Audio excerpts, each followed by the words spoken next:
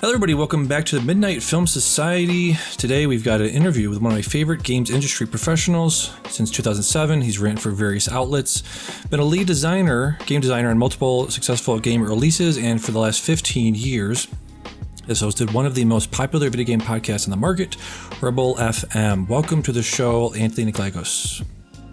Hey, welcome to me. Thank you for having me. I appreciate it. Yeah, you're welcome. I've talked to a few different folks who are the, elder statesmen in the podcasting game. I talked to the Fanboy guys a couple months ago, and just interested in getting from your perspective of being somebody that's been in this business for a while. Just first off, let's talk about how you got into the video game marketing world, or designing and stuff like that. What was your first job right out of school? Right out of school, my first job was I was working at a gas station. Yep. And then and I was trying to figure out if I wanted to do grad school. Yep. I went to college for religious studies and history.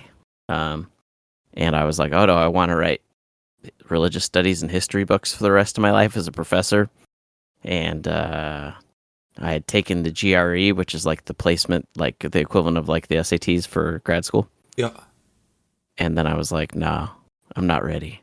So then I got this job at this gas station while I played in music with my friends, bands. Yeah. And then I worked at a Tower Records for a little bit. That was like a records for anyone who's young that listens. That was a place where you went and bought CDs. Yes. And but I worked there right up until they closed, and then I worked at an air, water, and soil lab that tested it for poison from like gasoline and stuff like that. And the reason that's important is because that job was I was a courier, so I spent all my time driving. And circa this time, iPods were pretty prolific. Back when they weren't a phone, it was just a thing you listen to music on. Right. And And there was all of a sudden I was like, oh, I can listen to these things called podcasts on them. And there was this website, One Up, at the time, that had podcasts, and it was kind of like one of the first video game websites that really started jumping into that. And so I would listen to these podcasts all the time about video games, and it was kind of how I started staying up to date with that. It was like I listened to One Up, I listened to the Cheap Ass Gamer podcast back then. Yes.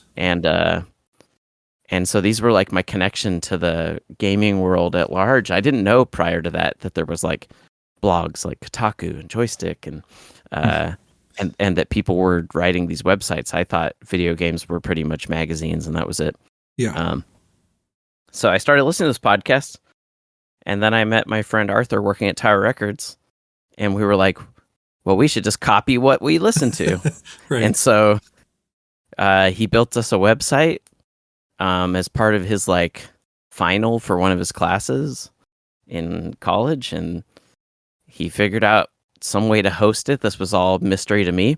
I had like two pretty shitty microphones from playing in bands and a digital 8-track. Yep. And we started recording podcasts in my bedroom, and we didn't really know what we were doing. And we clearly didn't have any access, so anything we were talking about was like, stuff that was out. There was nothing cutting edge or anything like that. But yeah, it was just fun to get together with a friend and copy what everyone else was doing. Yeah, and that's just so we know, that's Arthur Geist, your co-host on Rebel FM. Yeah, we started that podcast in 2006 or very early 2007, I forget, and then we let that sort of URL languish, and then we resurrected it for Rebel FM like a year and a half later or whatever. And then since he showed me One Up and he showed me all these podcasts and stuff, I was like getting really saturated in that world.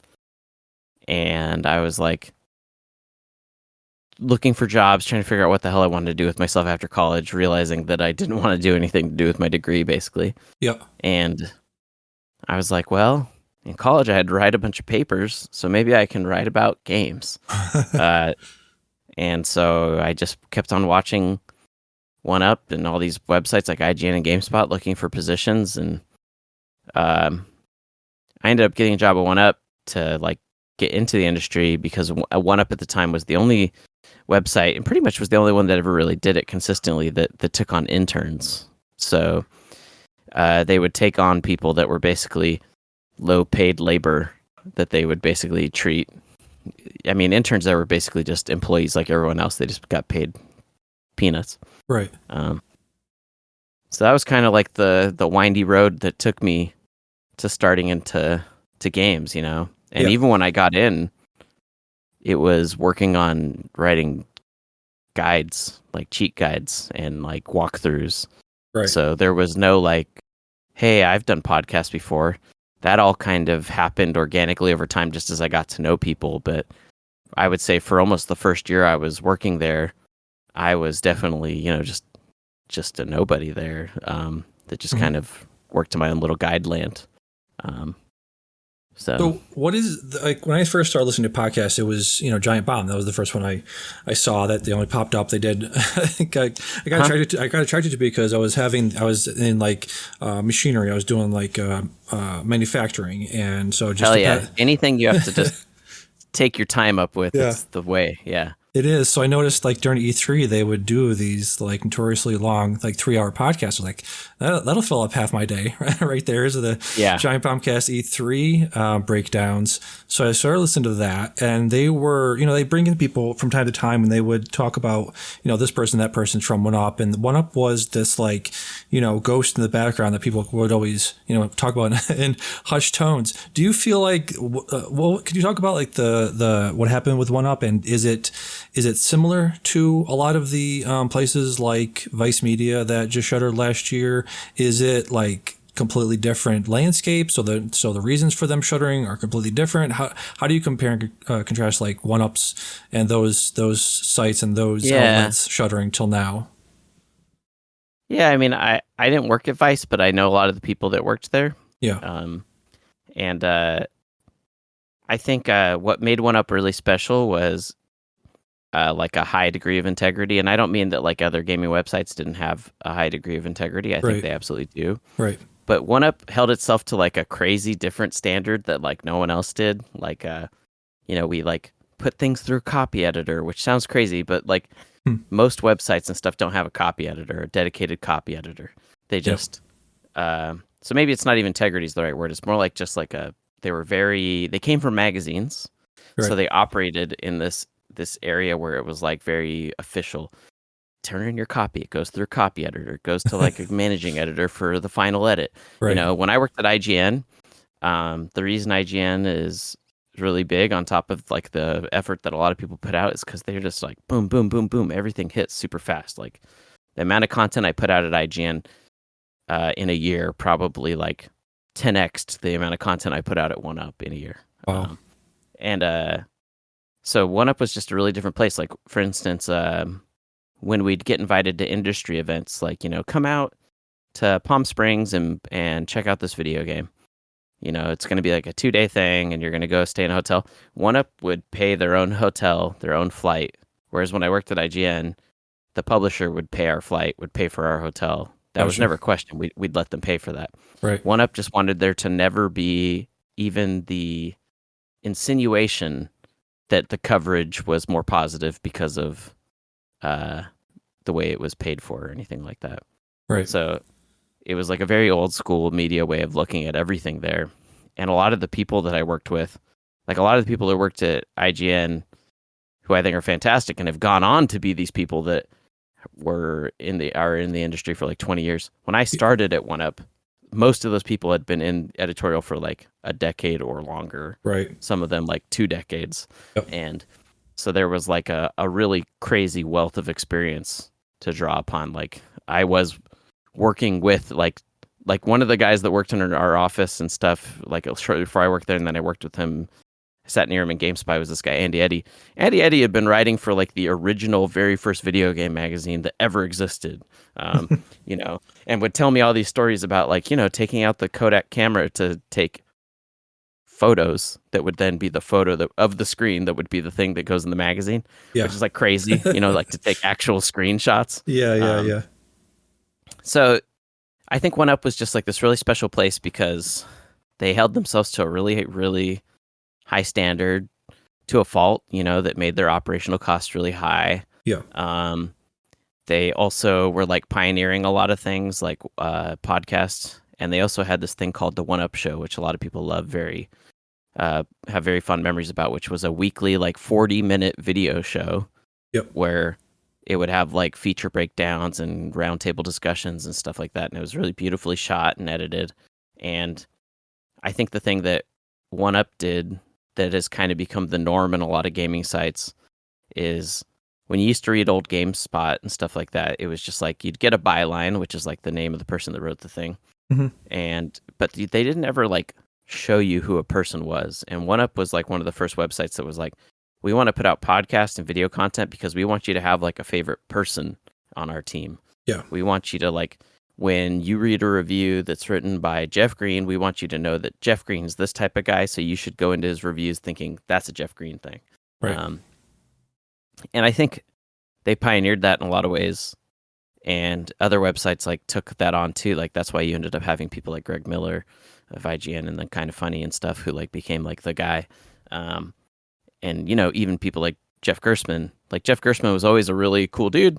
Yeah. But he was kind of hidden when he was working at GameSpot. Like, they weren't putting that type of, like, personality-forward content out. Right. And then One Up was doing that. And then I think that kind of became, like, the way that everyone did it. Yeah, and now, he was that elder statesman for a while. Giant Bomb, even like you were saying, you were starting in One Up in the late 2000s. And when Giant Bomb first started, he would tell these stories in the podcast, which I would find fascinating about, being like a 16, 17-year-old kid, just going there and just doing it. I think it was him or somebody else it was Patrick Klepek's father,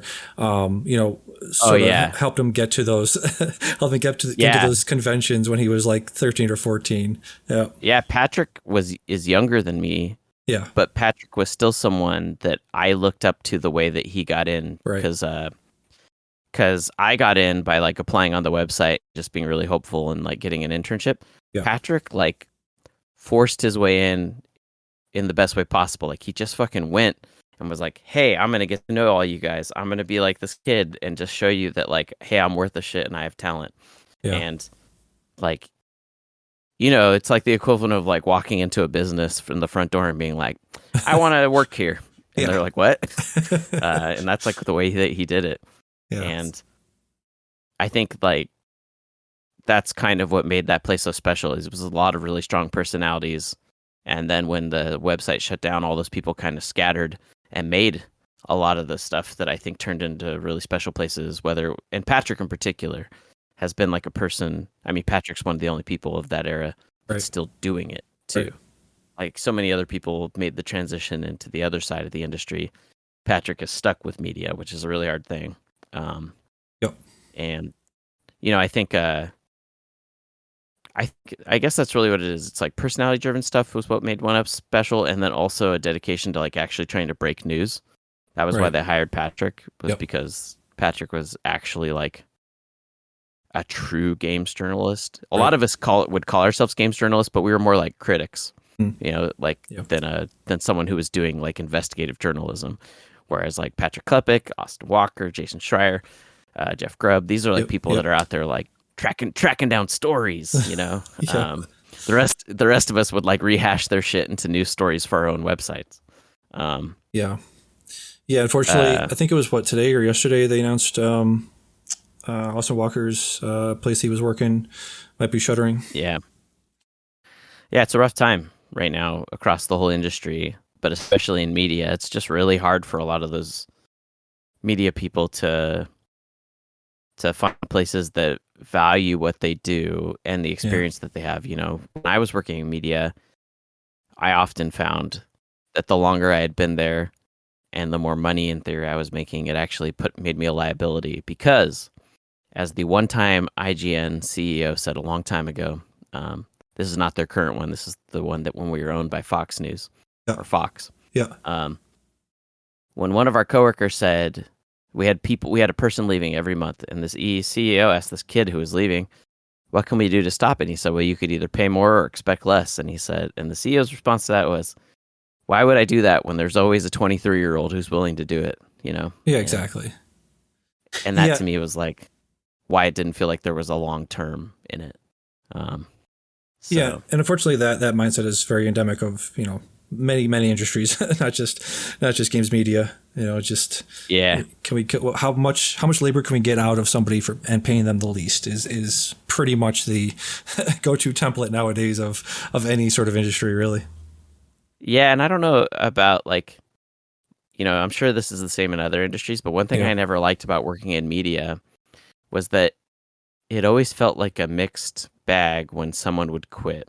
Mm-hmm. Because it felt like the only way to get a promotion was basically to either kill or wait for your dad to die. Is like the way it felt like it was very like, oh, you mean the senior editor's leaving? Well, that leaves the senior editor position open. So who's going to get it? And so it felt like the only way to move up was to either move on to a different website for like a lateral promotion or to like outweight the people that got tired of it. Yeah. And I always found that sense of like competing with people that I considered some of my best friends. It just always made me kind of uneasy. Not that I felt like any of us were like undercutting each other or anything, right. But I went into it hoping that it would be a job where I felt like merit was rewarded. And I felt like that was hard. I feel like you do see it in some places, like when Austin Walker got to take over at Vice and stuff like that. I was like, oh, fucking A, good job. Yeah. But more often than not, it's not always that way. No, it isn't. So you basically pivoted. Tough business. Yeah, you've pivoted from games writing, games journalism, critiquing to game design. How did you sort of find that pivot of covering games, finding out how they were made? Did you find that like actually getting to see how the sausage was made was dramatically different from what you expected it to be, or was pretty similar? Yeah. Oh no, it's so different. Yep.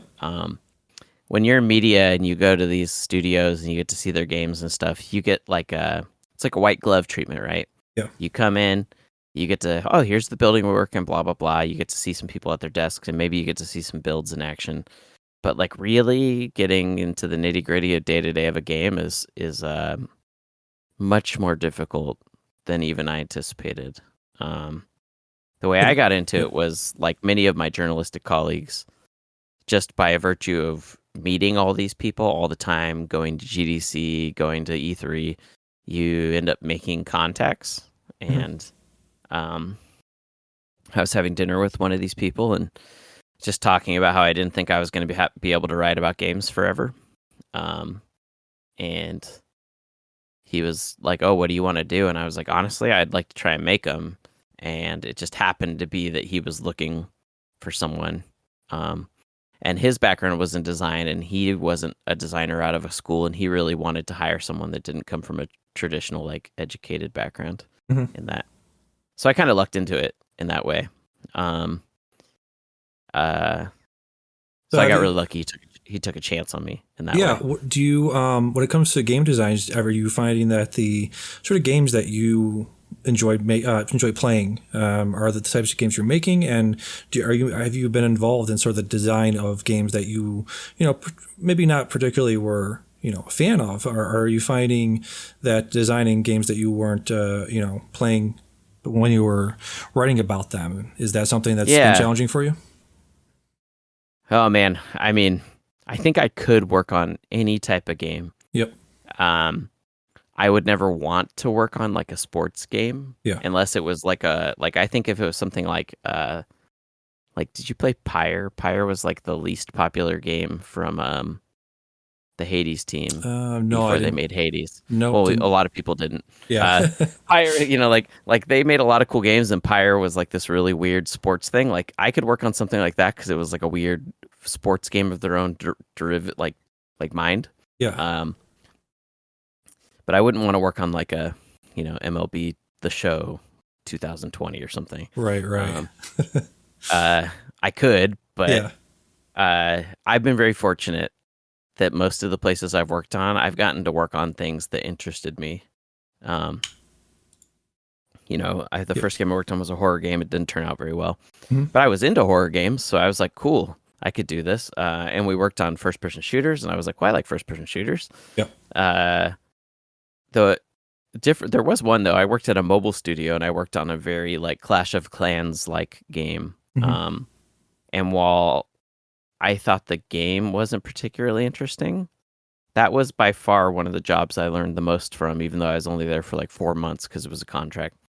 Just because those fucking people were like the tightest machine I had ever seen in my life. They could crank out content in such an organized fashion that I was like, compared to other places I worked at, they made everyone look like a shit show. Wow. Like they were just, Yeah. that place was like, they figured it out. And that was really interesting to see. And that was the first like service game I worked on. Yeah. But after that, I worked on a lot of action RPGs, and I like games like Diablo and stuff like that. Yeah. I will say the funny thing about working on any game, I think though, is that after you work on it for a while, they aren't as cool. Like I like tried to play Diablo 4. Yeah. It's like, so you need a break. Yeah, Like, definitely.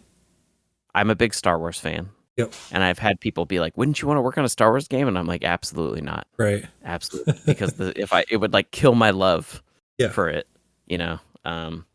So I think it's better to have some separation sometimes between like things you love deeply and the things that you work on. Yeah, absolutely. I think that's well said. So you are working with the studio that's making these Subnautica games, and Yep. those are some very interesting games because they're, I played the first one. I haven't played the Below Zero expansion yet, but they're very interesting because it's a game that has, it's a linear, sort of a linear progression, but it's also a game that you could, like build a base and just work on your base if you just wanted to. Is that something that while you were there, is that something they foresaw in terms of an option, just that being an option of you can go out and explore the game and beat it in like 10 hours, or you can just, take your time and just build this whole base out and do whatever you want. Was that what am I trying to say, the design of that game and that freedom to just kind of do what you want, was that at the base of their sort of philosophy of making that game? It definitely became that. Yep. When they first started making it, I don't think they fully knew. Like the very first Subnautica prototype, which you can find in YouTube videos and stuff, was this really janky looking submarine that you actually were building your submarine as your base. Like you were adding rooms to the sub. And at the time it was just a game about gathering treasure in the ocean. Yep. And then slowly over time, through the fact that they were one of the games that kind of pioneered early access in a lot of ways. And they really tried to listen to the community. So the community was the people that were like, hey man, we really want food and water mechanics. Yep. And the designer at the time, Charlie, was like, why? Why do you want to have food and water that goes down? Yeah. No, we want food and water. And Charlie's like, all right, let's do food and water. So it was like the game kind of was like really a cooperative effort between the team and the designers and the community and listening to them. And so like the game was survival game mechanics and all those things went in, and then the story came much later.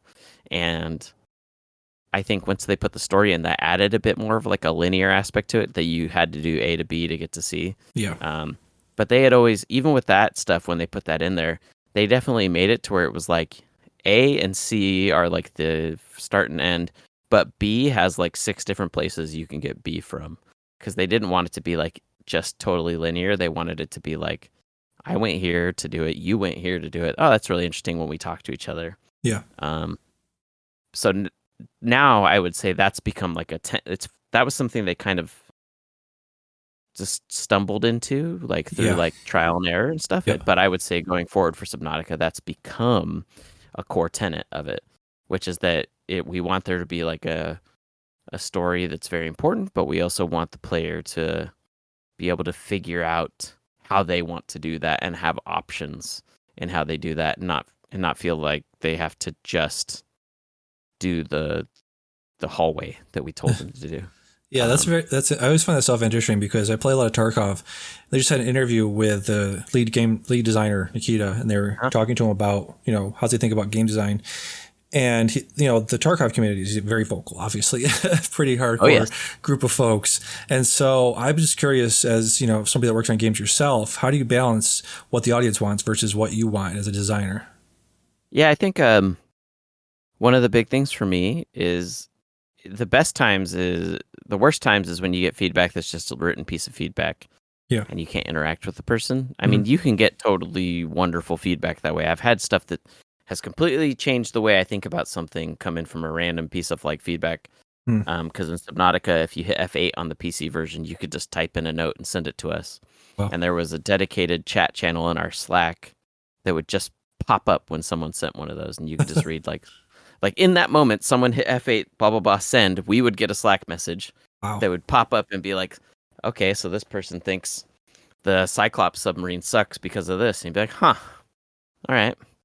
Um, so, but the best feedback you get sometimes is if you can get feedback in a place like a Discord, sorry, or something like that, and you can actually spend some time parsing it with them, where I Yeah. can ask questions, because sometimes, like if I was working on Tarkov, for instance, and someone told me this gun is totally imbalanced, I'd be Mm. like, well, what, the best thing I could ask them is, I may not agree with them, but I would say, why do you feel that way? Mm. And they'd be like, well, the time to kill's too fast. And I'd be like, okay, does the time to kill feel too fast at 100 meters or less? You Mm. can start to drill down, and you might end up finding out that like they think the time to kill of a weapon is too fast, but really what they mean is that the vertical grip on that weapon is super overpowered. And so the change you end up making might be like removing the vertical grip as an option, Right. so that the recoil's higher, rather than like the raw thing, which is like everyone would just be like, lower the damage, nerf the damage.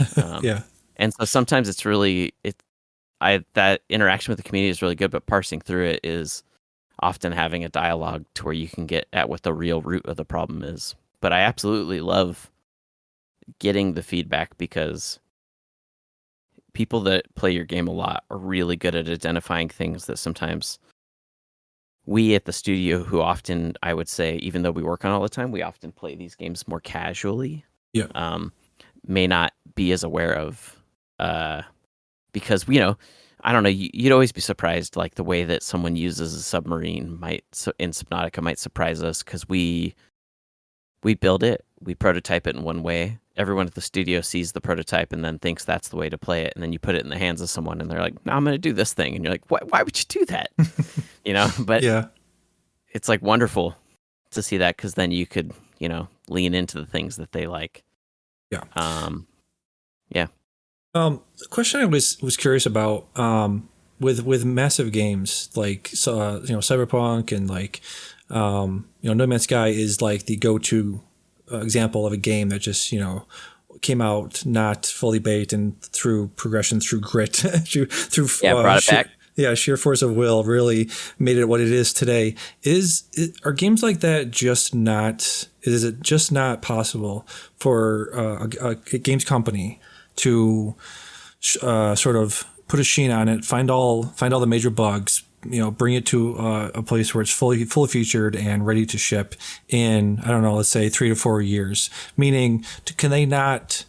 When they ship a game like Cyberpunk, let's say, and millions of people get their hands on it, and they're like, well, this bug, this bug, this bug. And so they're essentially, I think, and I'm wondering if you agree with this, people are in some way like the QA testers. You release a game and now everybody that bought it is essentially a QA tester. Is it not possible for even the biggest game company like Rockstar, let's say, is coming, very much teased GTA 6, right? Is it not possible for a game company like that nowadays, because there's so many moving parts in a AAA featured game like that, can they just not physically find all the bugs and all the major flaws in all the features? Do they have to sort of, in a way, release a game so that the people can, that many number of people, millions of people can play it and give them feedback? No? Yeah, no, you could make the game, you could polish it more. You could? Like the reality is that if we look at where Cyberpunk is now versus when it released, Mm-hmm. I don't think that was because they necessarily learned so much by it being in the hands of players. Mm-hmm. Like they knew what they wanted the game to be. They just didn't have the time to make it. Gotcha. And so now that they've had the extra runway, they could spend the time and effort to do the polish that ideally would have been done before launch. Yeah. there's many reasons why something like that can happen, like, shareholder investment agreements with publishers, blah, blah, blah, blah, Hmm. blah. Both Cyberpunk and No Man's Sky are interesting in the sense that both of them were profitable, like, on release. So Hmm. it wasn't like they didn't have the runway to, like, see it through after Right. that. Yep. Whereas I think the difference between, like, something like that, though, and, like, an actual early access thing like we try and do with Subnautica is we're not shipping the game and calling it finished, putting out a box product. We wouldn't do that, right? Like, Right. we try and set the expectations because we actually are trying to do it where gameplay systems go in an early form because we actually intend upon iterating on them. Hmm. Below Zero didn't even have a finished story when it was shipped into early access, and then they finished the story. Hmm. We absolutely could have held on to it. Like, we had the financial runway, and we could have made it completely finished and released it completely finished. That was always an option, but that's not the way the studio likes to do it because they think they do their best work by getting iteration. Whereas I think with something like Cyberpunk, they weren't trying to do it because they needed community iteration. They were doing it Yeah. because they were under the gun. Yeah. Yeah. So I So they think it's would've- absolutely possible, but you just Yeah. need time. Yeah. Lots more time. That was my question. Was like if they had the 2 years, like basically from the time it came out till 2 years later, that game is what it should have been on launch. So you're saying if they just given those 2 years under, development in Studio, it would have been what it was anyways when it was. I think so. Okay. But I think you would have had a hard time convincing like their board of investors that it was worth giving another 2 years to it because the sales that it would have to generate would be insane. Yeah. Now, granted, it did that. Yeah. But at the time, if you were telling people that, it's like every year with the overhead going up, you're like, oh my God. Yeah. The sales we need to hit are increasingly insane. Right. No, I think where you end up needing that level of like release it early and get feedback is either because you're intentionally releasing a partially finished thing, Mm-hmm. that you're not intending to be buggy as much as you are as like feature incomplete, which I think is different. There's a difference between a game being like unpolished and fucking broken Mm-hmm. versus like just feature incomplete, which I think is what we strive to do with our games. We don't always succeed, but we strive to. And I think if you're doing like that, there's a good reason to release it early. I also think that there's something like a multiplayer game. It makes a lot of sense that until you have the population going, you often won't learn the things you need to learn to like really nail it home. Like you can learn quite a bit in internal playtest and like closed betas and get the core of it. But for instance, like PUBG is like a wildly different game now than it was when it launched. Fortnite the same way too. Like even the battle royale mode of that game is like almost night and day with what it was. Oh yeah. Tarkov 2, from when it first came out, I think was it 2016 or 17. Just all the features, the way it looks, the way it handles, completely different game from 6 or 7 years ago. Yeah, I mean, especially for something like Tarkov that's like in many ways inventing a genre. Mm-hmm. Nowadays people are chasing that extraction shooter feeling. Yeah. And but something like Tarkov, they were like figuring it out as they went. Yeah, really. So what does it mean to do like an extraction shooter, especially one where you can do the whole thing, like the idea of doing a scav run in Tarkov, where you're like, it's the lower stakes version. Yes. I mean, just the idea of Tarkov, if someone proposed it to me like 10 years ago and was like, I'm going to make a shooter, but when you fucking die, you lose everything. Okay, well, so that's not so bad because you just got it right then. No, you've been working on this for like 30 hours. Yeah. And you just lost it all to some guy. And I would be like, absolutely not. You're crazy. They have a quest in there, which is you have to go from one map to the other, and the maps aren't connected. I don't know if you've played a lot of Tarkov. I've watched a lot. Yeah. So they have that quest where you have to go into customs, grab the thing out of customs, extract from customs, have it in your inventory, then go to factory, go to the specific place in the factory, place that thing in specific place in factory, and then leave before you die. You can't die in any of those, part of that quest. You cannot die during any of it or restart from the very beginning. I'm just like, what the fuck? Yeah, I mean, games like that and like Souls-likes and stuff, these are all the games that I would have never... If someone had asked me to invest, I would have been like, absolutely not. So because it just seems like so antithetical to the way games were trending. Because for a long time, I feel like since like the 80s to the late 2000s, Yeah. games were trending, I think, a little bit easier. They were Yeah. skewing a bit easier. There was very generous checkpoints and stuff like that. There were hard modes, but generally, like the normal was like they were definitely trying to lower the barrier to entry to expand the audience. And something like Tarkov and Souls-likes and stuff like that come in and they're like, nah, we want you to try it and fail right away.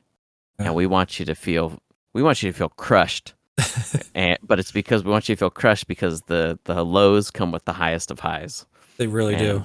Yep. And I was like, that's just a really interesting way to think about it. And it's obviously very successful for something. I mean, Tarkov also is like an anomaly in so many ways. It's like, we want to make this extraction shooter with incredibly penalizing stuff. Yep. We want to wipe all your progress periodically. Yep.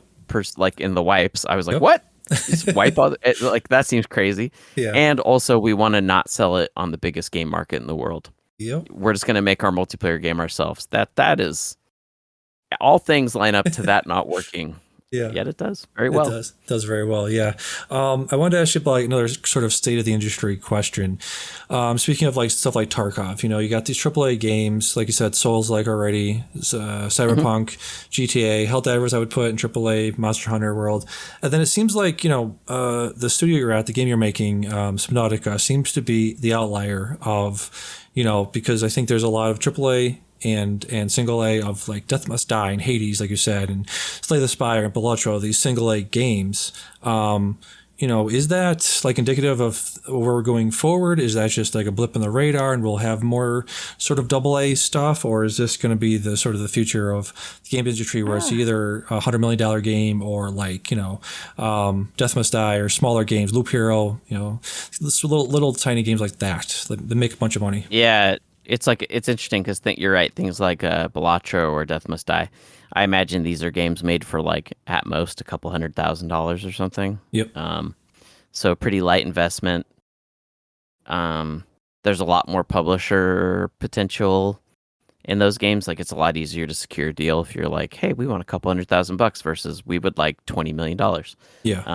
And even $20 million, something more like I actually am completely ignorant about a lot of business stuff, so I couldn't tell you what a Subnautica game cost to make, but I know that we're more than a Balatro. But we're not as much, like traditionally we're much cheaper than a lot of like, AAA games. Like, yep. So we operate in kind of a weird space that a lot of studios don't operate at anymore. And it's because there's a lot of those like independent dev houses have largely shut down or been acquired. Yeah. And as they've gotten acquired, a lot of them ended up working on like really big bets. Even something like Gearbox tended to work on small things, and they made Borderlands for probably, I would say, not too much money at the original.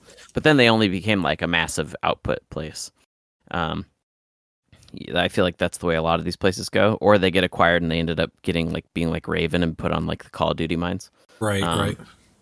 And then we are very fortunate in the sense that we made this game for comparatively cheap that has gone on to make, its own little fortune. And Krafton, who makes PUBG that acquired us, they want us to, they're perfectly happy for us to sit in that like wheelhouse and operate within that space. Gotcha. So they're not pushing us to be like, the next Subnautica has to be $180 million game, right, and make $1 billion, because I wouldn't even know what $180 million Subnautica looks like. Yeah, no.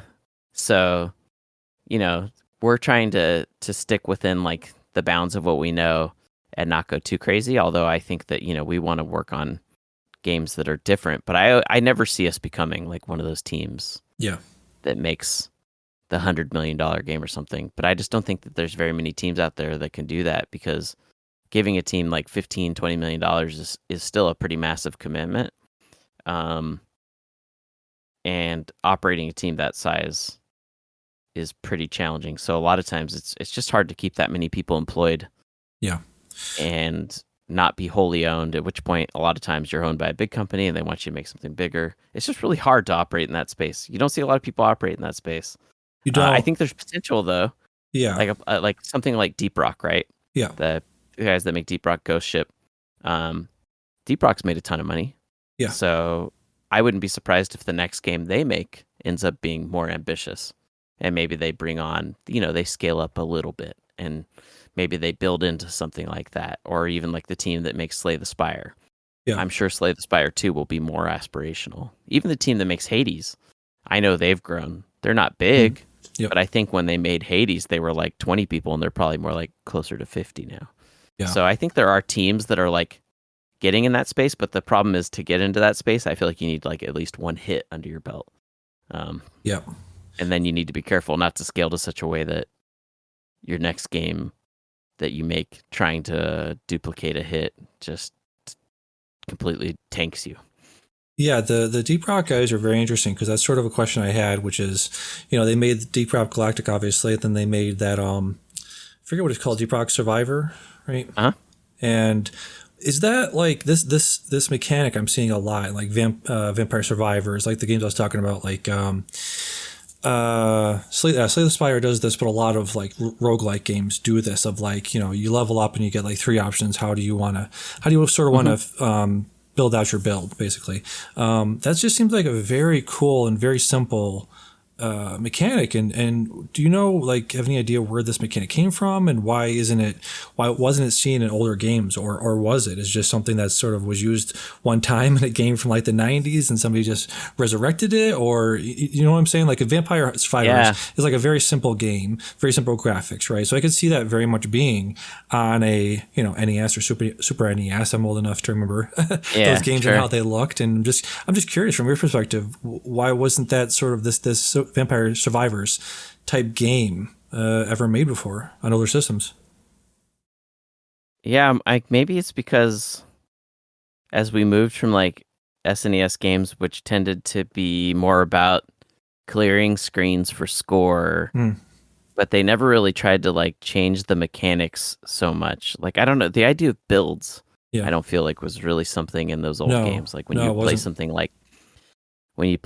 like like a side-scrolling brawler or the equivalent like Smash TV of like early wave fighting games. Yeah. It was more like you may get a gun that changed the way that you shoot, but you never got something that changed the way you fundamentally like considered the battlefield. It was mostly like just make sure you stay away from the guys. Yeah.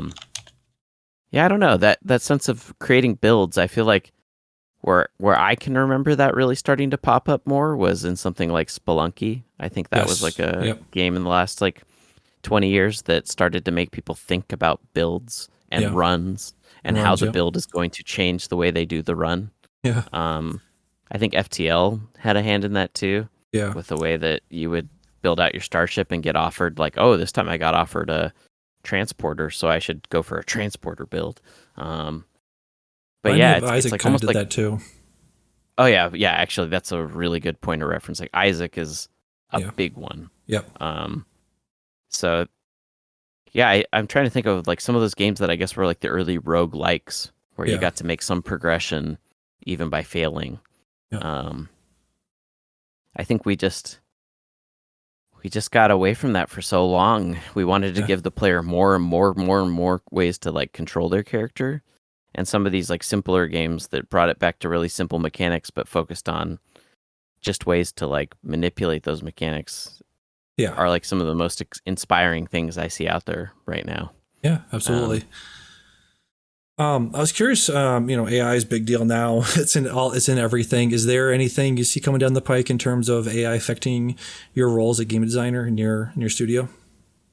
I'm curious to see what people end up doing with AI, like AI characters. Mm-hmm. So I've seen some games that are starting to experiment with them in the sense of having characters you can talk to and do more than like a Fallout style pick one of four options. Yeah. Where you can actually engage with them in like a way where it makes them feel more alive. I've seen some games that have done some interesting attempts with that. Like there was one, I think it's called Station Zero, I think is what it's called.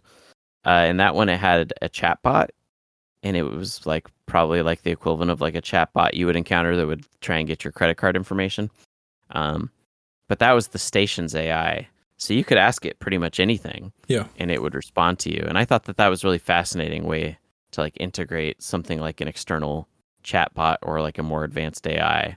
Yeah. I could see it making for interesting characters. In my day to day as a game designer, the way that AI definitely affects it is in the documentation software we use.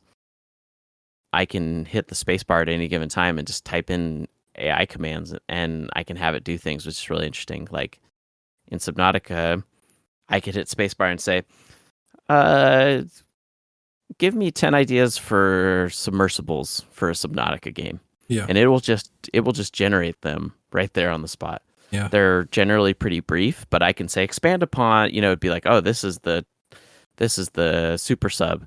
I'm like, oh, okay, expand on the idea of the super sub. Tell me more about this. And it can actually do that. And I would say 15% of the stuff that it generates or less is probably worth pursuing. Yeah. But if you drill down into it, you can actually find some cool inspiration in it that can be really useful. So I think it's really good for that. And I think it's really good for summarizing stuff where you might write out a ton of notes about a system and then you'd be like, summarize this. And it's like, it seems like you're trying to design a system that would be blah, blah, blah like this. And you're like, yeah, I am. Thank you for helping me with that. Yeah. So I find stuff like that to be really useful. I also sometimes, as unpopular it is, and I want to be clear, Subnautica uses no AI generated art in the game. Right. But I will say in my own things, because I'm not an artist, that if I need to show something to an artist to help them understand visually what I'm talking about, because I cannot draw, I can sometimes use an AI generated art thing and be like, it's like a submarine that kind of looks like a shark. And I'm like, oh, this thing's getting kind of close. And I can show that to them and they'll be like, oh, okay, now I kind of get what you're talking about. And they can go do a real thing for us. Yeah. So I find it's useful as a shortcut. Certainly no replacement at this point. Gotcha. But it's really useful. If you can use it as a tool, it can be really useful. Yeah, just going back on what you were saying about the sort of it being an AI, like an NPC you could talk to and just have these generated in the moment, bespoke sort of responses to actually what you're saying. I think there's a Twitch streamer who has really some of the most advanced, like, what's that word for like a person who's, what are they called when they're like, they're not the person, but they have like a avatar? Yeah, I know what you're talking about. It's like an e-streamer, but it's not. E-streamer, yeah. I can't think of what they're called. But yes, were they a VTuber? Yeah. VTuber, yeah, thank you. Very advanced VTuber, like herself, basically not cartoony at all, but like facial features, facial movements. She does very advanced stuff with that. But she made I don't know if she made it or she was just using somebody else's like custom. You know how they can do so many. What do you call those? Not hacks for Skyrim, but mods. They did a bunch of mods, modified Skyrim, where she can put like an AI model into an NPC and actually talk to the NPC and have the NPC talk back to her in Skyrim. So that was one thing you mentioned that they're kind of doing already in the Twitch space. And the other thing about some of the AI stuff that I've been using it for, and I haven't really seen anybody else use it, because man, Google and Bing is just so useless when it comes to like recommend me a horror movie or recommend me food. Oh, sure. Recommend me this. So I can put into ChatGPT, like, I like this specific horror movie. Recommend me 10 more like that, 20 more like that, 30 more like that. So I find that's very useful in terms of the text AI stuff. Yeah. I also like when it does things like summarizes reviews on Amazon into coherent, like generally users feel that this battery suffers from poor lifetime after like 50 hours of use. I'm like, oh, thank you for saving me from trying to parse through which user reviews are actually worth a damn. Yeah. Yeah, I think a lot of it is just like adding shortcuts for us rather than like wholesale replacement for things. Yeah, absolutely. I also know that a lot of my coworkers use it for helping them write code is actually a place. So let's say they're programmers and they know how to write something like, I want the character to bob up to the surface, but they can write it in there and say, in C++, for Unreal, write me a script that makes the character move upward under these conditions, and it'll generate a piece of code. And they're like, that's like 80% of the right way. So I can massage the rest of it. and that's pretty cool. Like, just again, it's just a shortcut. Like, it's like work they already know how to do, but Yeah. it saves them from a lot of the tedium. Um, Yes. so I find that Yeah. interesting. I'll be curious to see what ends up happening when people start trying to actually like film scripts written by AI, Oh or yeah. if they like film scripts that are written by AI and then massaged by like a human writer. Yeah. Will they then like will the credits be like written with Chat GPT and this person? I don't know. It's weird. It's gonna be very weird. Yeah. Just a couple more questions I have for you. Sure. Just generally, what's in the cards for yourself? And do you see yourself sort of staying in the game design space? And what do you see in terms of the future of just games media in general? Getting back to the stuff we were talking about at the beginning. I definitely think that games is like the making games long term career for me. Yep. Um, I like my job at Unknown Worlds, so I don't really have any plans to leave. If I were to like become super rich, I wouldn't mind either at Unknown Worlds or somewhere on my own, like trying to make games with even smaller teams. Mm-hmm. In like my free time, I often try and think of games that have like no more than 2 inputs and stuff like that. I think finding ways to make something popular and cool that requires the least amount of cognitive load up front for people is like something I find really inspirational. Like something like Vampire Survivors again. What a great example. You pretty much move in a direction and that's Yeah. it. Um, uh, but yeah, I definitely think sticking with making games is where I want to be. If anything, I want to improve like my technical abilities so I can like do more on my own. Yeah. As a designer, a lot of times I'm not super technical, so I'm kind of at the mercy of people smarter than me to help me make things. So definitely staying in the game space. Although I don't know, maybe smaller teams will become more of a thing as like AI does keep getting better and better. Yeah. Um, I am interested in other media things adjacent to games as well. Whether that's like I've been taking voice acting lessons for like a year now. Oh, nice. With this guy Dave Fenoy, who does like the voice of.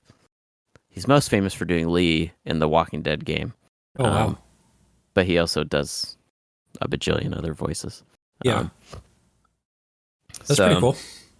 Yeah, that's just something I do for fun. But yeah, just sticking in games really is where I think I'm gonna end up being. Like feels like a good happy place for me. I feel like I've done okay for myself, but I definitely could never see myself working at a place that's like bigger than Unknown Worlds is. Yeah. Smaller teams is always where I've been at my happy place. I find that I get to have pretty major input on all aspects of the game, whereas like I know people that have worked on some Naughty Dog games and stuff like that, and they're like, "Oh, let's play like this," and you'll get to see like the 30-minute chunk of the thing I worked on for my entire time. And you're just like, "Wow, Yeah. okay, that's a very different feeling, like having like one small piece of the pie." Yes. For media, I mean, I still do like consulting and podcasting, and I think those things, if anything, podcasting is bigger than ever. It's like just there's so many shows out there. Yeah. Increasingly among like actors and stuff like that too, right? Like every Yes. actor's like getting in on that. I think there's good opportunity and stuff like that, and I think video content is only gonna remain like video content's already the dominant thing. And if like you're a person that does primarily written content, Yep. Them days are numbered. So Really? Oh boy.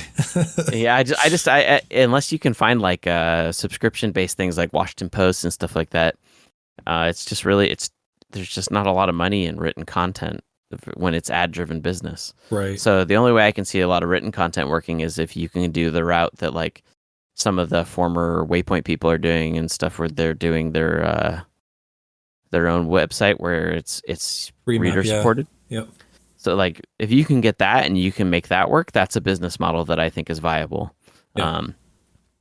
But if you're just doing written content and relying on ad impressions, that's just really hard.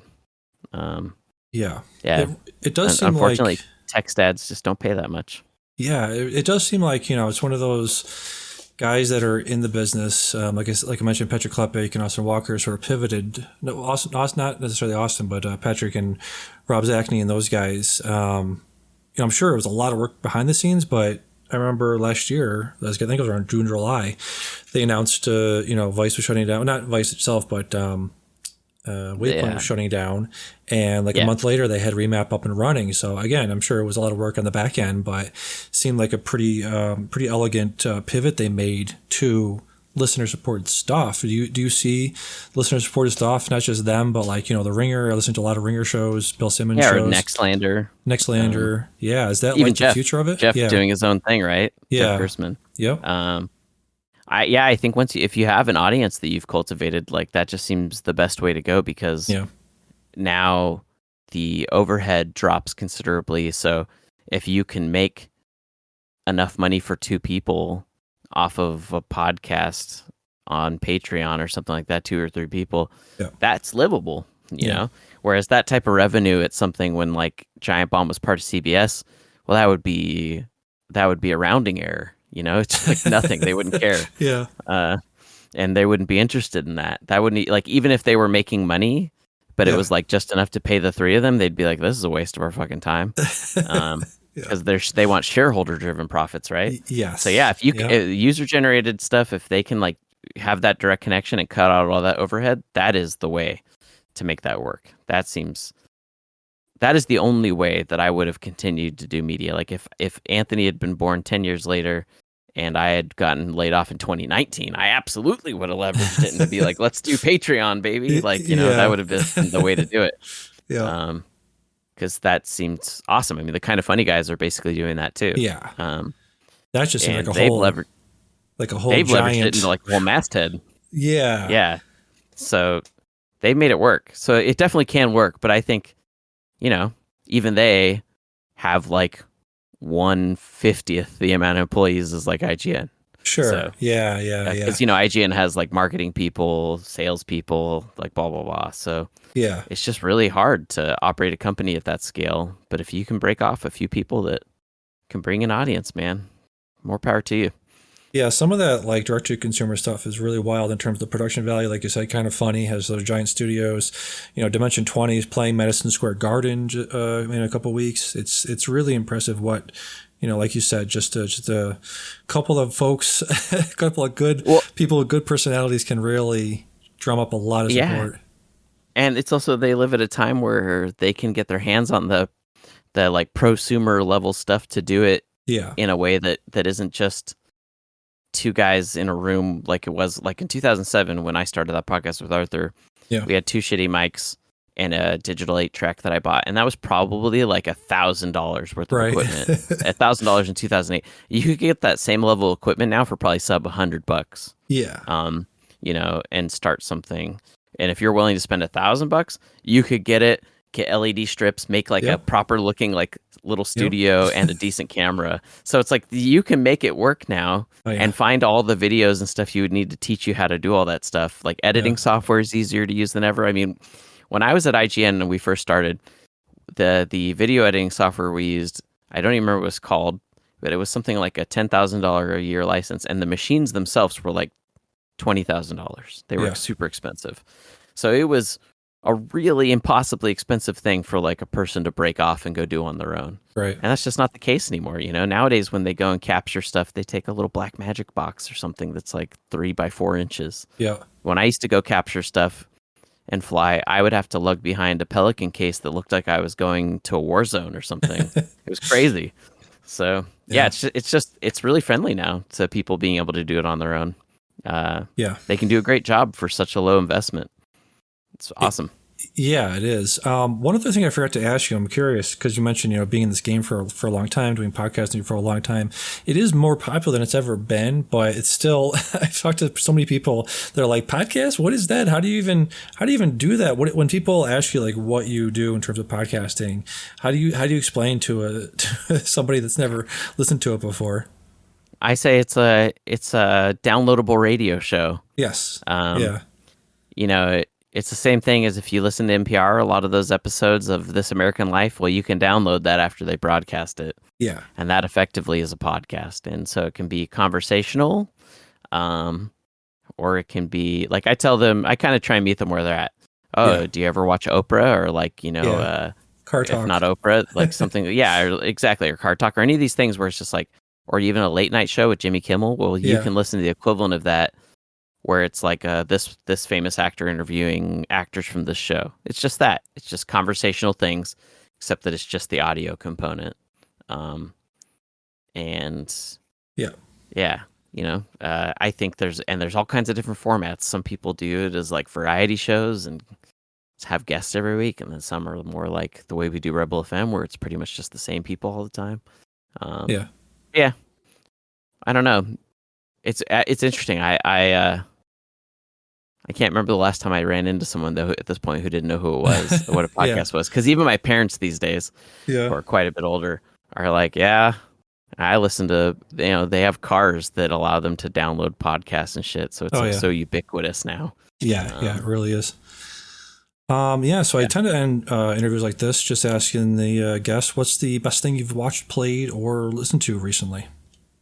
Oh man.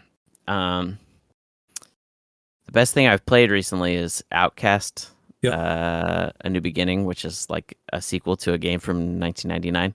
It's not exceptional, but for me, it's like Outcast was such a seminal game for me. Outcast for me was like the first time I watched Halloween was for horror movies. Oh wow. It was a really important game for me. And so the fact that it got a sequel 25 years later felt like someone out there made a game just for me. I don't even think it's exceptional or anything, but I was like, you did it just for me. It felt like I was like Jeff Bezos rich and could have paid a studio to make something just for me or something. Yeah.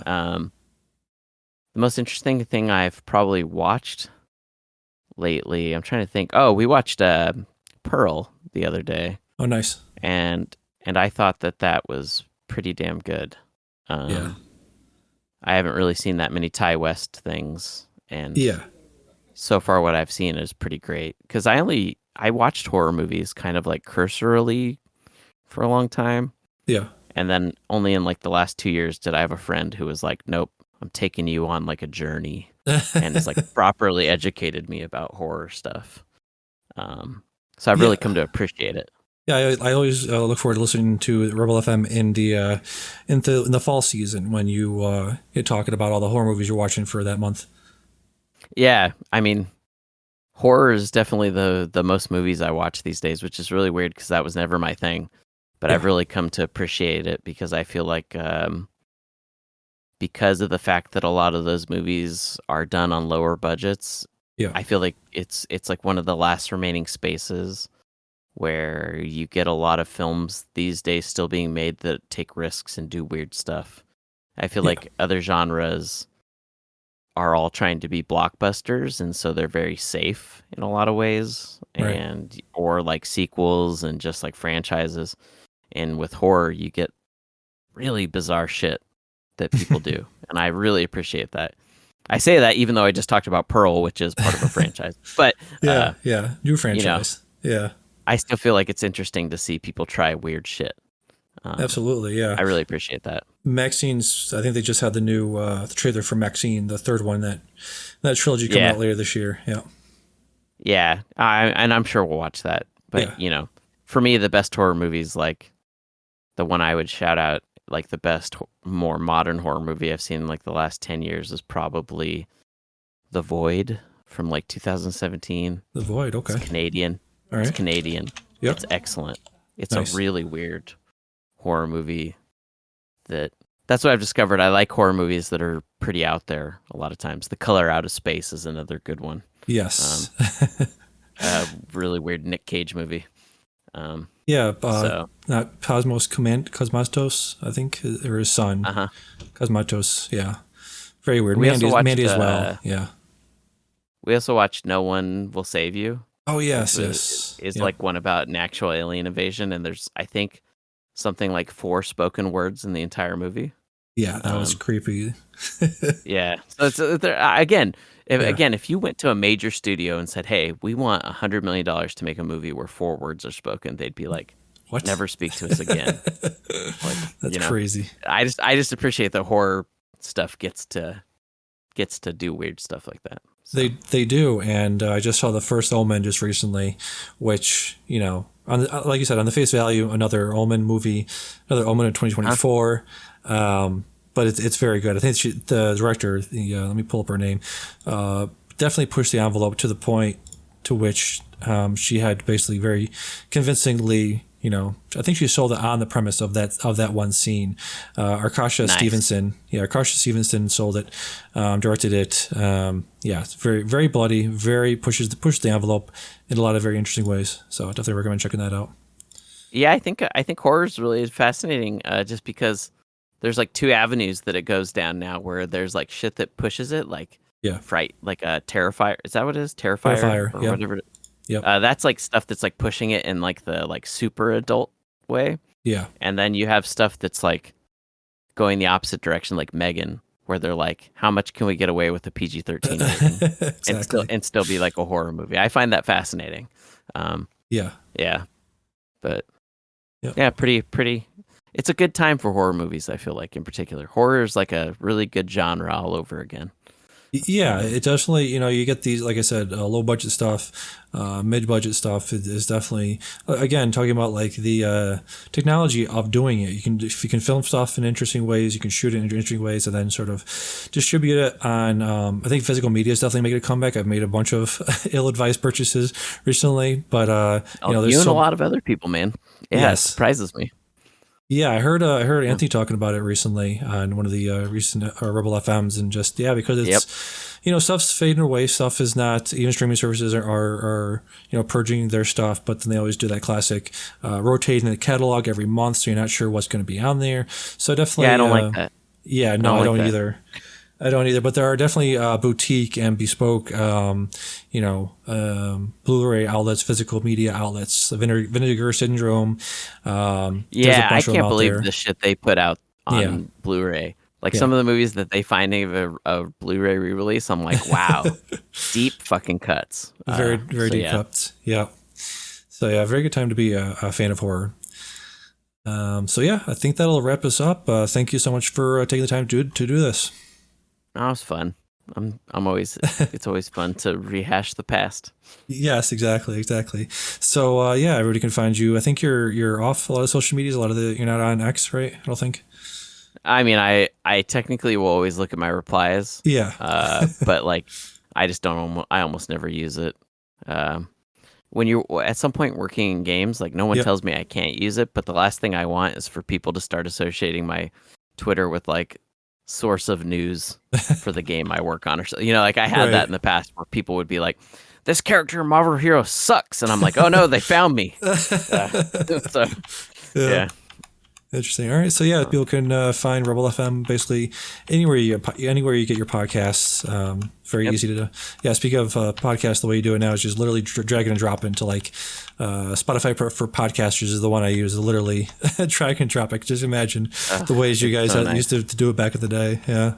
Oh yeah, it went up and stuff. It was like a whole back end CMS thing. That RSS things. Yeah, and did you ping the right website? It was a nightmare. I bet. Yeah, it's very much easier now. Yep. So we can find you there on Rebel FM, and so for the Midnight Film Society, I've been Damien, and this has been Anthony Gallegos, and we'll catch you next time. Bye bye.